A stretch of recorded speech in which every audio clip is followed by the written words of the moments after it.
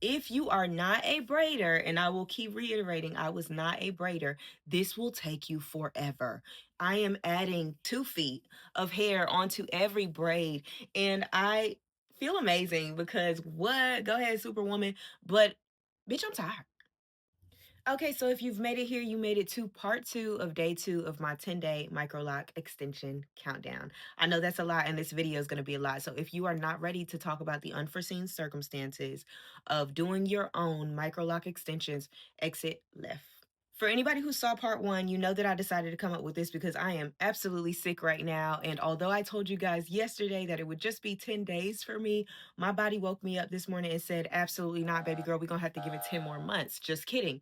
But this is a very lengthy process. And I really feel like it's necessary to talk about some of these things because a lot of these things I did not consider while looking up people who would do it. So, the first unforeseen circumstance I ran into is that I actually want to do it myself. As long as it's taking, as tedious as this process is, I've had people suggest to me that they can help, and I've watched myself turn it down every single time. And I don't know what it is. It may be an energy thing, it might be a spiritual thing, but something in me wants to get this done myself. The second unforeseen circumstance I ran into is the mental battle. And honestly, it probably came first. It's one of those things where you don't even become physically tired. Yes, arms, shoulders, they do begin to hurt at some point in time, but I feel like that's what breaks are for.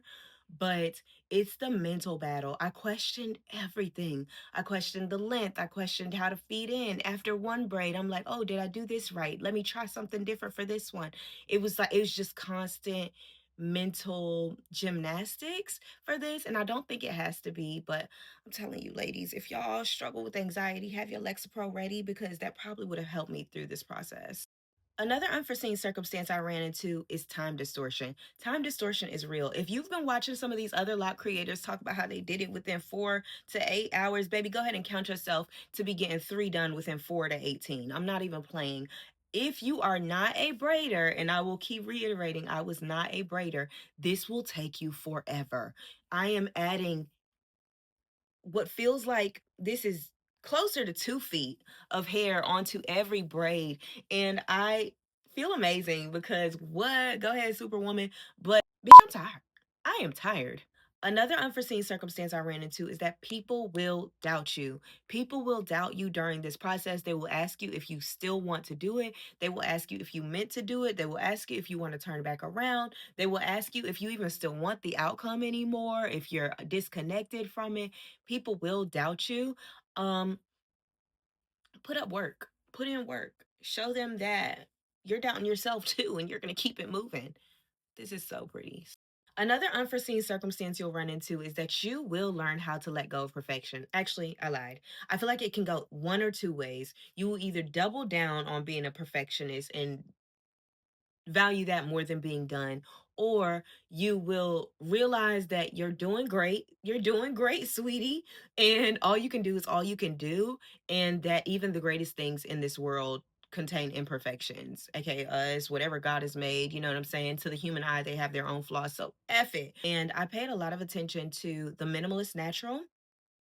I feel like her whole page was such a beacon of light to me during this process because it reminded me that I don't have to have a grid. And if I have a grid, it does not have to be perfect. My parting doesn't have to be perfect. The sizing doesn't have to be perfect. I don't even need to retie. And I don't even know if a lot of girlies know that. But that girl taught me that I do not have to retie. And if I do choose to retie, guess what I can also do that I've been doing for years? I can get a retwist too. Nobody's probably going to take my retwist with these micro locks, and that's fine, but I will do it myself. I'm doing it myself. So that's one thing that I feel like is an unforeseen circumstance that you end up taking note of in the meantime of the process. Another unforeseen circumstance is definitely the emotional weight that it takes watching yourself be unfinished for so long. I feel like there is something psychological there and watching yourself be midpoint for months at a time. I've been midpoint for a while. I work from home, so I don't often want to spend every single weekend for 8 weeks in a row working on my hair. A lot of times when the evening hits, I want to get out the house. When the weekend hits, I want to get out the house. So it's been a long journey for me. And I've lost some confidence at times Some of you may know from my other shorts that I'm going through, or I went through a breakup. So it could be that, but also watching myself look like this all the time could probably play a part. So I think that's one thing people don't talk about that I think should we should take heed. And then my last one, I know this has been really lengthy, so my apologies, but the yappers is going to yap. But the last one is the endurance that I've watched myself become capable of during this journey.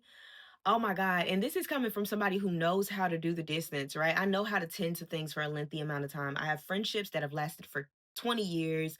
I have childhood dreams that have resurfaced, that I've been tending to, I think, in the background of my life for a really long time.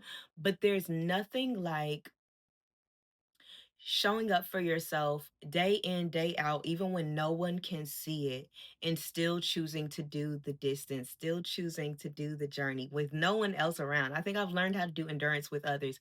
I don't know if I've ever known how to apply it for myself. Like, I don't know. I don't know. And so that's happening here. I imagine that this is kind of what it feels like to watch yourself work on your dream body for maybe years at a time or something. Like, I don't know. There's something about the results that people can't see, but you keep striving for, type of thing. So if you guys actually want to see how each one is done, I can show that. Go ahead and let me know below.